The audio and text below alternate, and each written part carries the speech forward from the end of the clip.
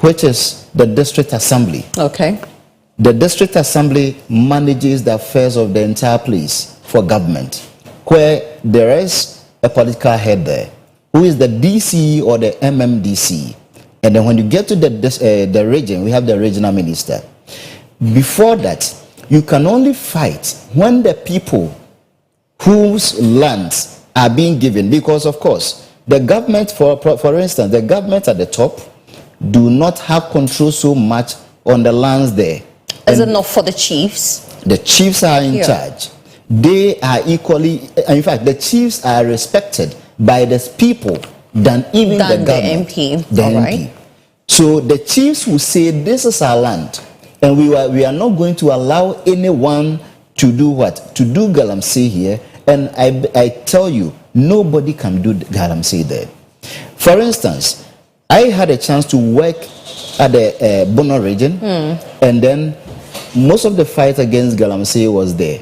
When you get to Bono region, the Doma enclave, they put, a ban on galamsey, apart from what the central government did. Okay. The central government gave instructions, brought, sent military, whatsoever, to other places. And the truth is that people were still doing galamsey in other jurisdictions or in other places. But only Doma enclave, which is in the Bono region, the chief says, we are not doing galamsey here. It looks like Doma is a special town and a bit different from most of the towns. Yes, because their traditional authority has an authority. They control the place. And so if they say, we are all supposed to sleep at 8 a.m., no child is supposed to go to bed at, move around by 12 a.m., of course, everyone understands. So our traditional system plays a very huge role in this fight against galamsey. Because the experience I had was that, you see, the MP is always in parliament here. Yeah. So what he can do is to advocate. The president is in Accra. What he can do is just to issue whatsoever warning and whatsoever policy, but the actors are on the grounds. Was galamseyers or the illegal miners are very strategic. They are very complex to manage, because government can send military men during the daytime. They will not, you go daytime, you will not meet anyone there. All right, before you continue, I want to establish the fact that we have our phone lines opened, and therefore you can call in. One of the major things we are discussing today is the Statements of the Nation address. So you would have to send in your expectations. What do you want, or you want to listen or hear from the President's Statements of the Nation address? Please continue. All right. So, in fact, so when it comes to galamsey, the actors that can make galamsey stop is one, the traditional leaders. That's the chiefs of the place. And then the people, they themselves. The second aspect has to also do with the district assembly and the political head, which is the DC or the MMDC. So are you trying to say that the MPs rallying to fight galamsey wouldn't get anywhere? In fact, when you go to the constituencies, hardly are the MPs visible. Because most of the times they are in Accra enacting laws. The one who manages the district is the DCE and the district assembly. Okay. They are there 24 hours. The DCEs, the MMDCs are the presidents of the districts where the galamsey is managed. So what I expect the government to do is to empower the DCEs, empower the district assemblies, because of course they have the RESEC, the district security council, and they have meetings. They manage every aspect of the district system, the assembly, and every town and village in those places. And so of course, if they are empowered, the RESEC will actually manage the security, which the galamsey will be part of it. Right. Well, the MP is always in Accra. So if we don't channel the right resources to the right bodies, we will always miss the mark. And of course, the district assembly also have the chiefs they deal with every day. You get it? Okay. They deal with the chiefs and the people every day. They have electoral areas. They have polling stations. Let me even say their operations are purely on electoral area basis, and they know every electoral area. They know every place where the galamsey happens. And of course, if they're able to collaborate with the chiefs and the people, of course, the sensitization can go and they can ban it. Because, for instance, an example that I have, when you go to the Doma East District, which most of my operations were actually based, the Doma East District Chief Executive at the time, that was Honorable Emmanuel Kofi Ajiman. At that period, he said, or he stood in charge to say, no galamsey. And he went straight to the chiefs and they actually agreed. So it's a collaboration between the chiefs and the districts. Okay. And they said they are not going to do it. Okay. They had a RESEC meeting, that the district meeting in terms of Security Council meeting, where the police is part, immigration is part, fire service is part, and they formed a task force, which includes members of the chiefs or the traditional council. So when they go to sites, everybody flee. But someone may argue that as the chiefs who are being bribed to give out the lands for these illegal mining activities. So if you only engage the chiefs, what happens? The truth is that... Hold on a bit. We have a caller on the line and we want to quickly pick that person. Good morning. Good morning. Hi. Please, how are you? I'm doing well by God's grace. Thank God. Thank you for the good show. Okay.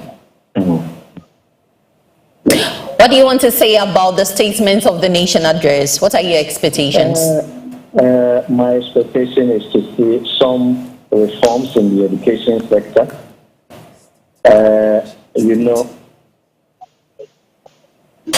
Hi, can you repeat what you just said?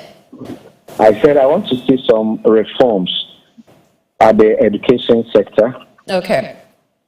Please go ahead. Again, some move to reduce fuel for citizens. There's my major expectation. Okay. All right. Thank you so much for your contribution to this show. Thank you. Also join in the conversation, send in your comments, your messages on our WhatsApp numbers. It is the State of the Nation address happening today at the Parliament House. We also have our colleagues seated prettily to discuss their expectations and take over when the president starts with his address. So Mimi and Clement, hi. I hope you are doing great. We are fine. All right. Thank God. We'll come to you very shortly. Right. All right. Okay, back to our conversation. Okay, so when talking about or handling galamsey, we must fight it right. Because there is a direct collaboration between the district assembly, the political head who represent the president at the district level. Okay. That is the DCE. And then you go to the chiefs, because they are the custodian of the lands there. So if they decide not to give their lands to anybody to mine, nobody will go to their lands. Okay. You get it? Okay. And they can even fight better when there's this collaboration. Well, what I realized was that when you go to the Bono region, as I said again, from the Doma district, the Doma East, the Doma Central, the Doma West, those places where the traditional leadership stood that there is no galamsey. So one thing is that you can take your mining license or mining whatever document. When you get there, they will drive you back. They won't allow you? They will drive you back. You can't go there. When you have the license? You have license. You can bring whatever from whatever. You can't come there. Interesting. Nobody. And of course, there's no galamsey there. Okay. Since they've been fighting about galamsey whatsoever, you can't do galamsey there. Okay. Some started in a way, even that one, they call it koli, where, I mean, they don't even use excavators. You can't even enter the enclave with excavator. Wow. The people will stop you. But the community members they will actually stop you even before you even enter into the region. But don't the community members mine? The community members were the ones they were mining which in fact the task force went after them. They were people who were virtually using probably their hands to do those kind of, but then even with that, they were using the shovels and all, they were not even using any machinery. Those people were actually pursued by the task force. The task force include the police, the district assembly, and then the chiefs. Okay. And I can tell you close to almost 9 to 10 people were jailed. All right. Some were given 20 years, 15 years. So when you get there, there's nobody doing mining there. Okay, so we can learn from them. We can learn from them. Yeah. Actually, we will have to go to them to learn from their practices. All right, so let's move quickly to some expectations from some civil service organizations and public service organizations. Then we'll cross over to the other team to also take their expectation as well. So the first one says that the Deputy Secretary General of the Trades Union Congress, Dr. Kwabena Nyako-Otu, said the president should be clear with his initiatives. I quote, "We expect the president to indicate how to create jobs so that the people will not sneak to get midnight appointments only for them to be terminated." That is from the Deputy Secretary General of the Trades Union. All right. So the General Secretary of the Ghana National Association of Teachers has also appealed to the president to indicate how education will be financed. And I want to quote him. He says that a dedicated funding for pre-tertiary education where we can take care of the people. I am happy that the Minister for Education is saying that he is going to uncap the GET fund, and that's the GET fund. And we are looking forward to hearing that from the president. That's from the General Secretary of the Ghana National Association of Teachers, NAT, Thomas Tanko Musa. Let's cross over quickly to our team. Hi, Mimi and Clement. Hello, Beatrice. Hi. All right. So, what are your expectations as well? Right. These organizations have made mention what they are expecting to hear from the president. Do you have any? Of course, yeah. Thank you very much, and a very good morning to our viewers. And basically, I'm just, a normal Ghanaian expecting to hear how the president is going to address pressing challenges that, are being faced by every typical Ghanaian. I mean, in the areas of employment, it is a topical issue that a lot of people are talking about, just as you stated that some civil service and public service organizations are, fighting for employment, because we've also witnessed a mass termination of appointments. Okay, so right. All right, please hold on. Let's pick a caller right now and we'll continue with our conversation. Hello, good morning. Oh, we lost that caller. Mimi, please continue. Yeah, just as I was saying, we have witnessed a mass termination of appointment, and these people are going to be rendered unemployed. And so these organizations want to know how the president is going to create jobs for these unemployed people to get something to do. And in the area of education, I am very particular about that as well, because we all know that education is the bedrock of every country's progress. Exactly. And Ghana is not an exemption. And so I want to pay attention to what the president is going to say about that. And I'm excited about the fact that the National Education Forum was created to bring on board stakeholders to discuss pressing issues with the education sector. And you mentioned something in your discussion that some stakeholders are asking that boarding fees are being paid by students. Yeah, that's from the stakeholders of the Education Forum. Exactly. They are saying boarders must pay boarding and feeding fees. And I totally agree with them. Exactly. I mean, we have taken off our attention, from our basic education and focusing more on secondary education, which I believe is a problem. I have Clement with me, seated right beside me. Okay. He's going to share his expectations. But basically, I'm just eager to know how the president is going to address these issues. Clement, yeah. Yes, maybe you've said it all. Yes, basically, I was also going to talk about education, fuel, and also infrastructure. You see, over the years, it's been that when government leaves office and another government takes over, the other government fails to complete or continue other developmental projects of the previous government. So what I expect is I want the president to tackle issues like this. We know previously an agenda like the Agenda 111, the hospital, over 100 was started, but none was really completed. Oh, three actually. They commissioned three, yes, okay. So we expect the president to give us what is the way forward. Are they going to continue this infrastructure, or they're just going to leave it there? On the aspect of fuel, maybe see fuel is something that's let's say holds the economy. Exactly. When the fuel prices increases, everything in this economy goes up. So when you see, I think recently in 2025, fuel prices are shot up more than 4 times. Exactly. So when you see what is the way forward? Is the government really going to bring in some measures to help curtail the issue of fuel, and also in the aspect of education, as you said, according to the SDG 1 and SDG 4. SDG 1 talks about quality education for all. SDG 4 talks about eradicating of poverty. So with these two things, we want to see the plan that government have in terms of education. We've talked about infrastructure, people are under trees. I know President talked about basic education, that he's going to have a critical look at it during his political campaign. We want to see that, is it really what they are going to do in this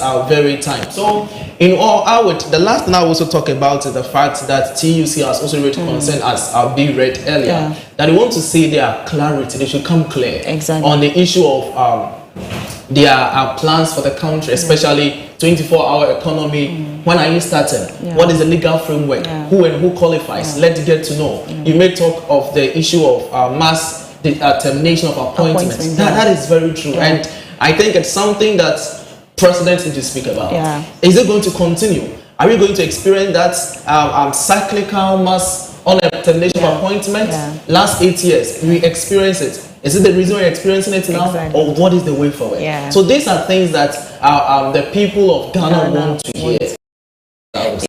One will be wondering why we should even have a State of the Nations address. But quickly, let me just tell you that it is mandated or backed by the 1992 Constitution, according to Article 67, for every president to address the nation as at how he found the nation when he was inaugurated into office. And so basically that is what the president is going to do. He's going to tell us his challenges, expectations or achievements. Because today marks 51 days since President John Dramani Mahama was inaugurated as president. And trust me, we've seen what he's been doing. Actually, he has a 120 days social contract. We Ghanaians, so we are after 120 days, we will bring the drawing board and the marking scheme.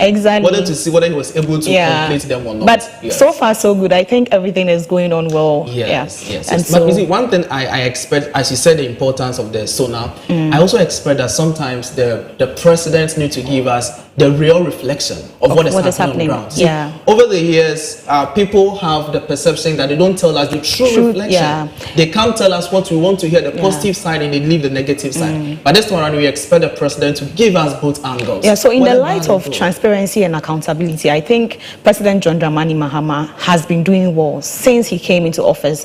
No two sides, because at every point, his communication team is telling us what is happening. At every point, they come to address, issues that a lot of people are talking about, which I think it's in line with transparency. It is. So but I think the whole issue is, are they going to stop? Is it something just we are waiting to see. We are waiting to see, but I mean that is basically what has been happening, and these are some of our expectations. But one thing I also want to say is Ghanaians should manage their expectations. We beg. Beatrice, what do you think? Exactly so. The true state of the nation, we all know and therefore just bring out your expectations. He also has his to render very shortly around 10 a.m. Yeah. So organized labor, I forgot to add that organized labor has also outlined their expectation for the president. It says that leadership of the organized labor says the president should also indicate how jobs will be created under his tenure. They spoke exclusively with our Labor Affairs correspondent Daniel Opoku in Accra. President Mahama is expected to present to Parliament the Statement of the Nation address, and he should tackle the cost of living and steps to reinstate those that were dismissed. Exactly. I think cost of living is something that the president should talk about. Yeah.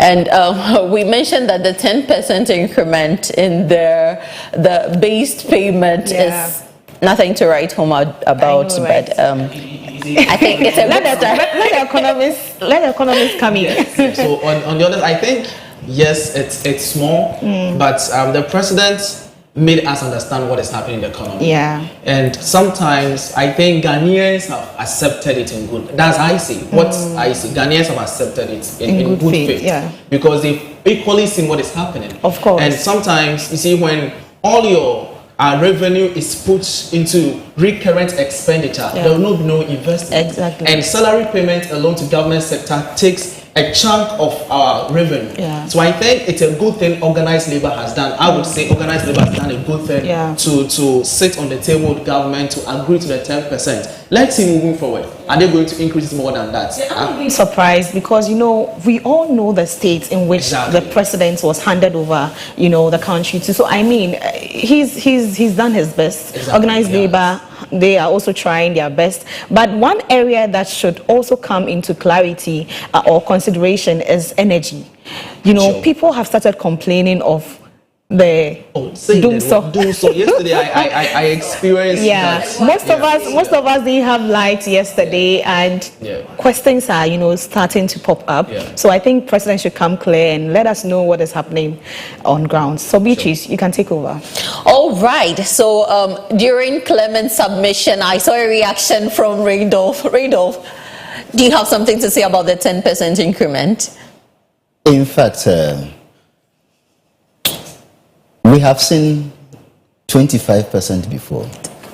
We have seen more than 10% before. So why should we jubilate over 10%? Okay. That is unfair. But looking at where they came from, how they started, don't you think it's fair to start from scratch? Was it not the same economy that was promised 30%? We'll get there. No, it was the same. It took the same economy that was promised 30% to workers. So if you've come and you've given 10%, what is 10%? And of course, after the mid-year budget review, a lot of taxes will equally be increased. Look at the cost of living. Look at inflation. So what is 10% on your salary? But when you look at our debt structure, our debt rate is high. We are getting so much when it comes to debt. Our debt structure will keep rising because of the nature of our economy. And they came to meet a debt, so they have to clear that before. No government will go without debt.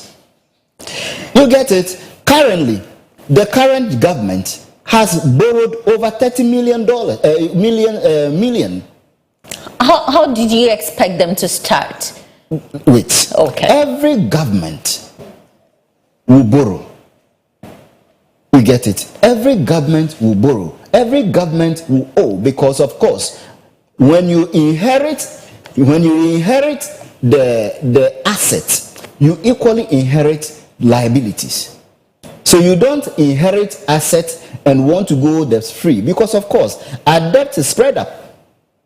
And of course, you cannot pay it outright. So it is spread up. So when you come, you are supposed to put mitigation measures. Exactly. Exactly. That's how come the Operation Recover or Loot is That there. is no problem. It is there to solve some of these debt issues. My problem is that, I mean, let me finish with the 10%. The 10% is not enough for workers. Look at what the workers go through. I know. You see, people wake up the whole day, and then their minimum wage is less than 50 Ghana. But if I want to give a scenario, if your father is handing a company over to you, yes, with so much debt, how are you going the economy that was left, that we were given or told, which I'm expecting that the president give us the real state of the nation, but then what we were told that was given or was left wasn't a poor economy. There were challenges, or there is challenge, but then the economy that was given by the previous administration, which was given out, which we know from the was also confirmed by the transition team, it means the economy wasn't that bad. It wasn't that bad. It wasn't. You say, yes. Clement wants to react quickly to what you just said. Wait. The statement you just made. Yes. Clement, was the economy that bad? Or it wasn't? One thing I would say is, you asked Renoff a question that if your father tells you the real happenings in the house, will you still insist your father goes out to borrow and the next day your father will now be handicapped in the room? I don't think Renoff would expect his father to go through such a situation. This circumstance is different from what we are talking about, nation building. So it has nothing to do with inheritance of it is not. We are not running a monarchy. Okay. We are running a democratic state where the central government takes responsibility for all assets and all liabilities, which includes the economy. When it is good, you inherit it. For instance, another government came. But is the debt not so much? See, debt will... That's inheritance. If you give to me, I won't take. See, the nature of economy we are running will always be of debt. And no country will say it's running without debt. American is running with trillion of whatever. You have yes, facts back of there. course, American owes than any other country in this world. Go and read about that. Americans owe than any other research for me, so I any other American owes than any other country in this planet. And of course, they are still progressing. They are still doing other things. So what I'm saying is that irrespectively, it is the responsibility of the government not to complain too much, but fix the problem you have come to meet. Fixing it doesn't mean you relegate or you make your children, the analogy you are just making, you don't make them hungry because you want to fix tomorrow's problem. You get it? Right. You still let them, you still take care of them whilst you fix the problem. Randolph, let's Clement and Miriam take over quickly. Make this quickly. All right. Randolph made mention of the fact that it is the responsibility of the president or this government to stop complaining and rather fix the problem that they came to meet. Right? Ideally, I think as rational individuals, we should not even be in that position to put our country in a situation that will be so bad for someone to come and fix it for us. We saw we saw the findings from the oral team, right? The oral committee. Okay, so even if we didn't know anything, the findings show that this country was mismanaged in terms of finances. They mismanaged our finances. The previous governments mismanaged our finances. And we saw that in a typical example is the NSS, where we saw ghost names, appearing in our lists, right? And we saw how people, and even everything was shown at the polls, right? That is even the basics. That's how the real statement of the nation. Exactly. That's how Ghanaians felt about the government. So I feel we shouldn't be in that position to even, all right, Mimi, please hold on a bit. We have a caller to react to either Randolph or Clement. Hello, good morning. Hello, good morning. Good morning. Please, how are you? I'm fine. I'm fine, thank you. And you too? I'm great. Great. I want to contribute a bit about the guy wearing the blue suit, if I'm right. He was saying the one in the blue suit, you said? Yes. He was saying the country was left in a good state. Can you attest to the fact that were the people in the country not suffering? If the country was left in a good state, how come the people were suffering? I don't get this. If the country was left in a good state, but I don't think the people will vote out the previous government. Everything shows that the country were in a mess. So you should stop defending that the country was in a good state, We all need to see, we know what happened today. So you should stop putting that into people's head. Why are you talking about United States? United States is a developed country. Don't compare Ghana to the US, please. You can't compare Ghana to US. They are on different economies. How can you compare Ghana to US that US is owing, so if US is better, Ghana should be better? No, it doesn't work like that. Have a good morning, ma'am. All right, have a good morning. Thank you so much for your contributions to the show. About my brother's submission. You see, we must sometimes be honest to ourselves. If we are developing and if we want to grow as a country, there's realistic and the reality. I made reference to US with regards to debt. Debt every country owns. It is our responsibility to structure our debt and our economy to make it much profitable, where we produce stuff in our jurisdiction. Here we are not doing it. And of course, if we are elected to be in office, of course, there were challenges in the previous government. I understand that. There were successes also in the previous government. Irrespective of how you see it, there were a lot of challenges. There were a lot of good things. I'm not cutting you. Let's pick a caller quickly. Hi, good morning, Gideon. Hi, Gideon, good morning. Yeah, I said I'm Gideon calling from Adabraka. Okay, please go ahead with your submission. I want to talk a little bit about what the caller just said. Why is it that in this country, when our panelists comes to even said to say something about the economy, then another person will call and say what he's saying is right and is wrong. We are in this country and a whole lot of demonstration went on for the past 4 years. Why is it that if today Ghanaians are complaining about the state of the economy, and then people will be calling and saying that it's unfair, it's this and that? Please, how would this lead we the citizens of the country to the promised land? Because this previous government that went, they did what they can do to solve the economy of the country. But our brothers in the other side said no. What the government is doing is wrong. Is this, is that. So if they've come today, then Ghanaians are complaining about the economy, please, we beg them with all due respect, they should try and fix the problem for us. Because here in Nabraka, where I used to play, or I do work at Mumba, yesterday, someone has given me a job to do for me. I was working and the lights went off. Almost half a day. The person was calling me. I think that the work would be done within the week. That was yesterday. He said he's sending people to come for the work. And now, I wasn't able to do the work for the person.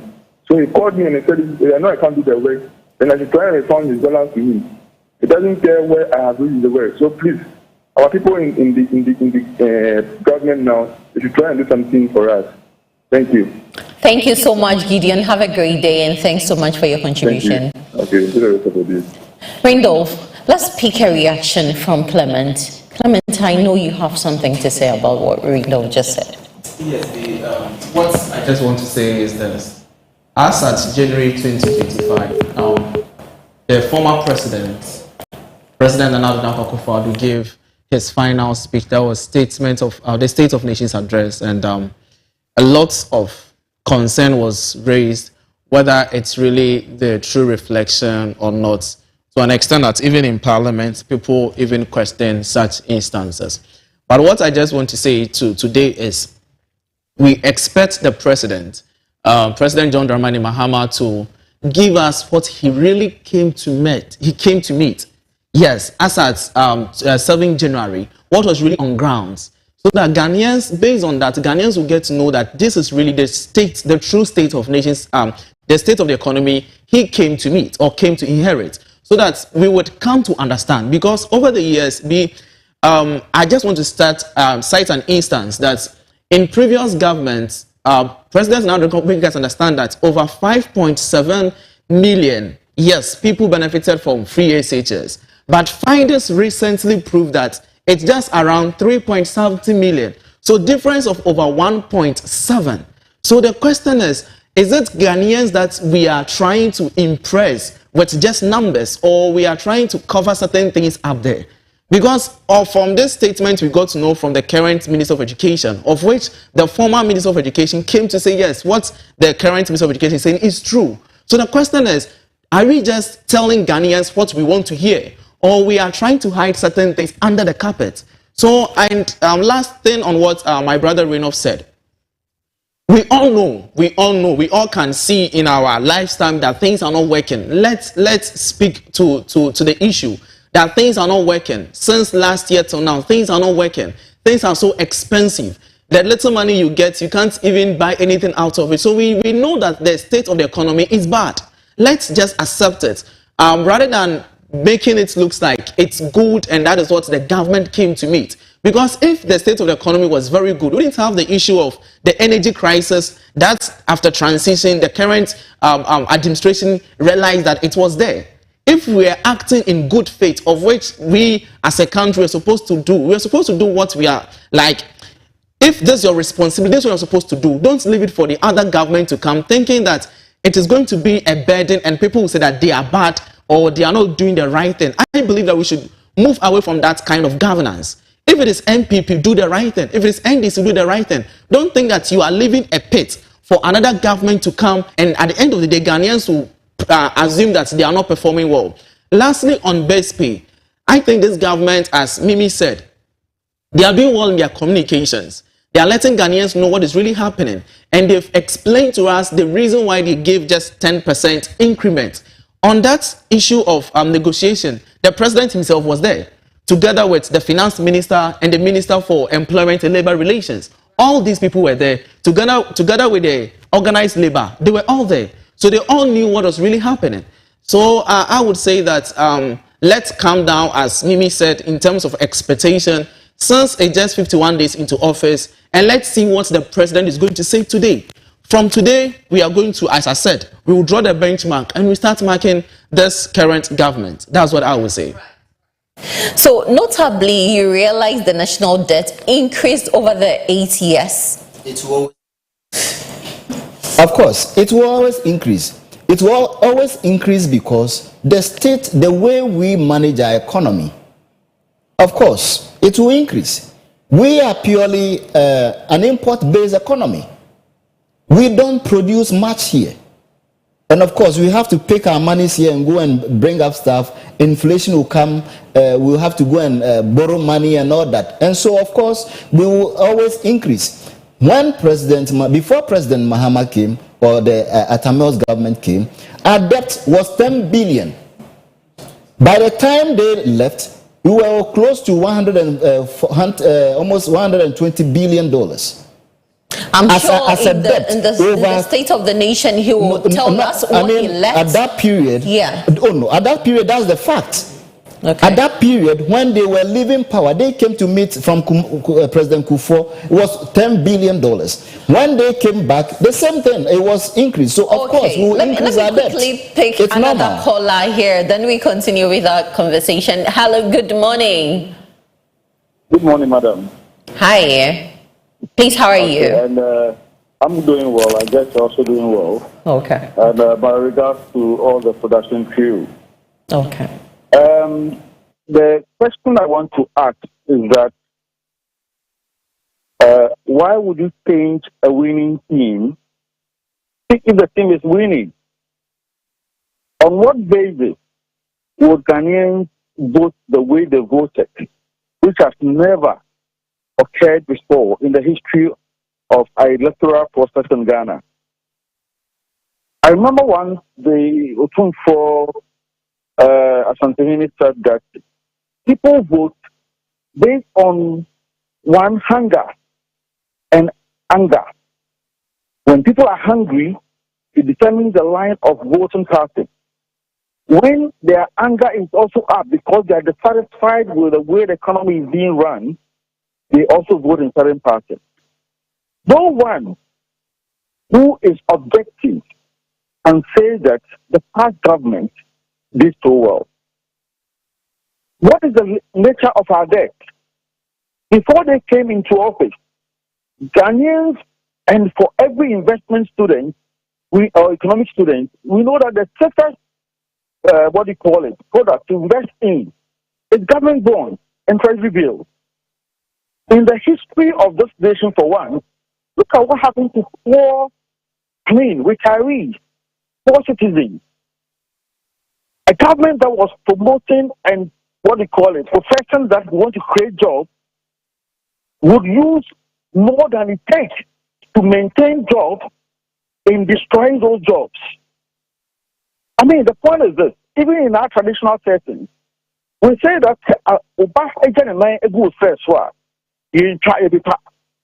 so that if you have alternative means of saving those banks at lesser cost, would you spend more cost in destroying those banks? Because this man, Dongo, or whatever it is, who was arraigned before court, before the court could even begin hearing his case, his bank was closed on no premise. No one could sit there and be unobjectively say that the past government did well. Please let's be objective with our discussion. And otherwise, it will appear as if we are insulting the sensibilities of Ghanaians. So to your panelists there, please tell him to be objective, because he's rather provoking the wrath and the anger of Ghanaians. Thank you very much and have a blessed day. Okay. Thank you so much for your contributions to this show. Have a great day. Randolph.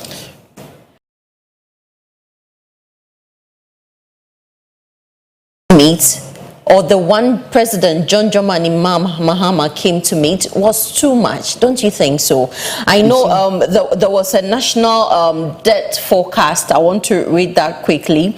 It says that the national debt in Ghana was forecasted to continuously increase between 2024 and 2029 by in total $28.3 billion US. So it was expected to increase, but the rate at which this particular debt increase is what we are saying wasn't good for an inheritance. The point, and the revenue performance too, wasn't that good. That is true. You see, with all that I wanted to see, it's very simple. Not just to paint a picture that the former, government did so poorly. You get it? Did so poorly to the extent that everything was bad. That is why I said they did something good, they did something bad.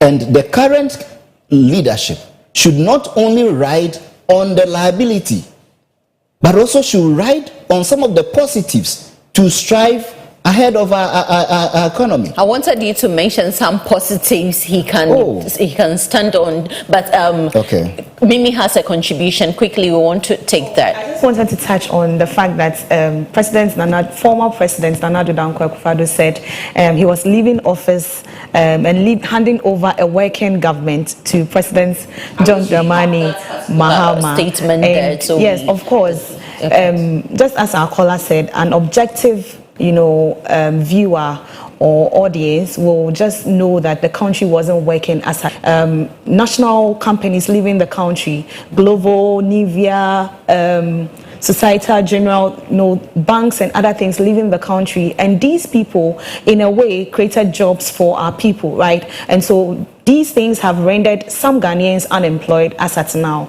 and so the country wasn't working as at then. So we have to be objective about our submissions and be positive. As the majority have said, they are hoping that this State of the Nation's address will bring us a hope and give us a green light. And also the president should ride on the positives, just as Randolph is saying that the Agenda 111 project that was initiated by former president. It was only one hospital that was built. Yeah, according to reports. As at I think 5th January, Nana Dankwa Akufo-Addo, former president, said he had commissioned 3 hospitals. So we are hoping that the rest of the 90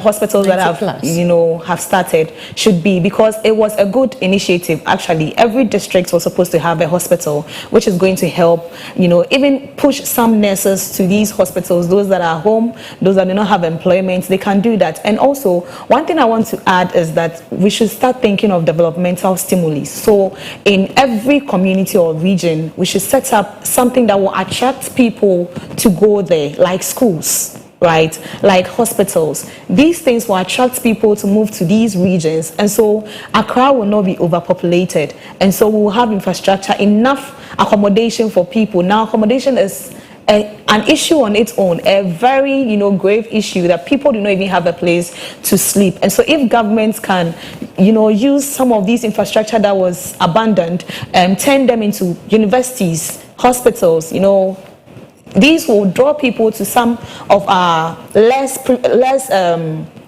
advantaged regions, so that we can create development over there. Clement. I just want to say one last thing that we move. In terms of debt, as Renoff talked of, as of 2024, our public debt was 736.9 billion Ghana cedis. As of 2024. As of 2016, when the previous NDC government left office, our public debt was approximately 122.4 billion Ghana cedis. So looking at the differences, that is, we have an increase over 500 billion Ghana cedis. I just want to clarify this. Yeah, they came to, that is, previously, they left. Oh, okay, so I will get. If you want to, you stated that it will keep increasing, but we are just looking at the margin. The margin, that is what I'm saying. Yeah, so we have to the be fair forecast here. was that it will continue to increase between 2024 to 2029 by a total of 28.3 billion. And what here's was the the amount case. you quoted? In 2016, In 2016, it was 122.4 billion Ghana cedis. And how much? And how 8 much years was after. 8 years after, it's a 736.9 billion Ghana cedis. Yes, but I also wanted to find out how much did they came to meet when they inherited, and From why President you get it. Kufuor. Of course, sure President Kufuor's. Let's get that fact also. All right. So I'm sure I'll that would get to be, that. you that have fact. that. Okay. Yes, as in 2008, Ghana's public total debt stood approximately 7.9 billion Ghana cedis. Look at the 7.9 difference. billion. 7.9 billion Ghana cedis. And so when you compare you can see, 7.9 billion Ghana cedis to what they left, that is 122 billion Ghana cedis, we have an increase, let's say increase of over 110. more than that. Please, it's 110 billion Ghana cedis. It is an estimation. Comparing it to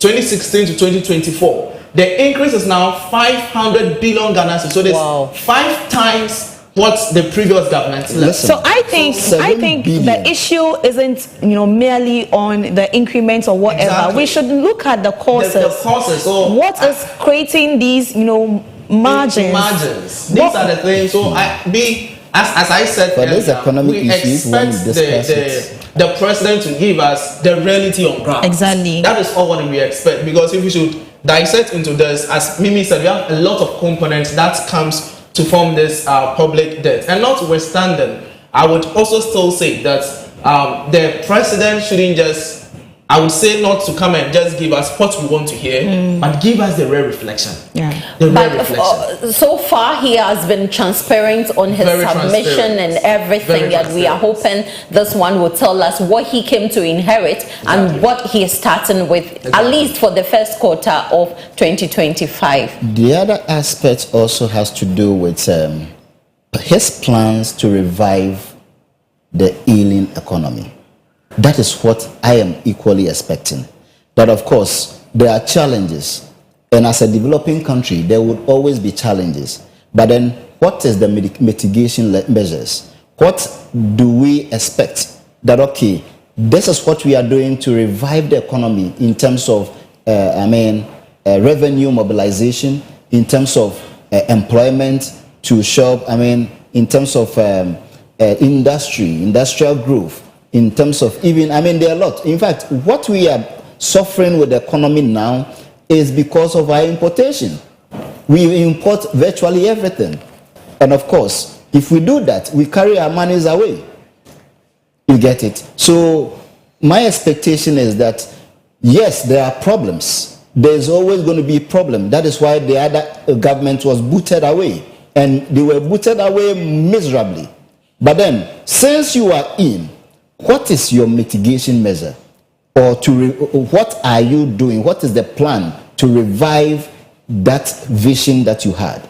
That is what we want to have. All right, so just like the organized labor brought in, it should bring us very clear. I'd wanted to ask three priorities that you want him to consider in his State of Nation. I'm looking at reforms in education. Okay. We all know there are challenges. The previous government tried, they were doing something.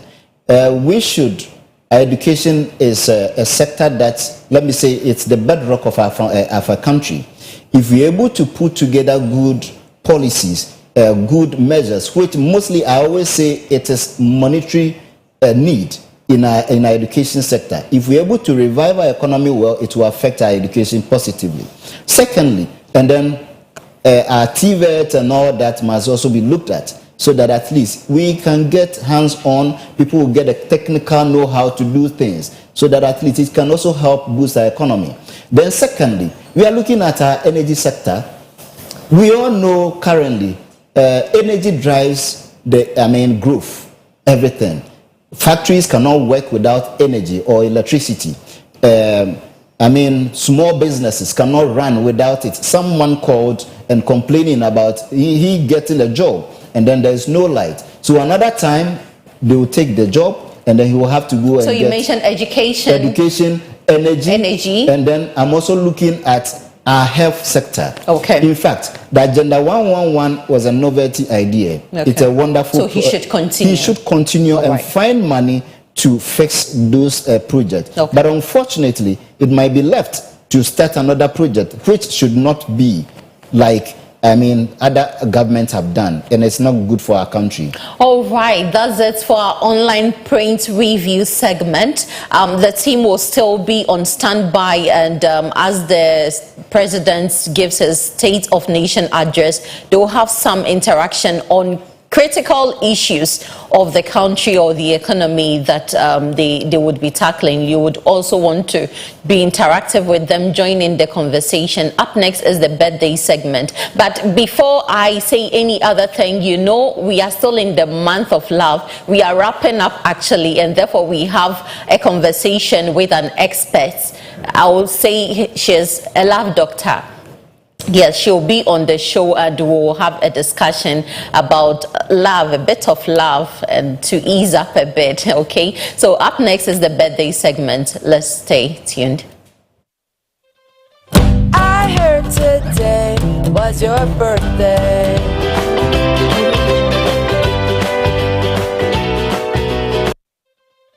I heard today was your birthday.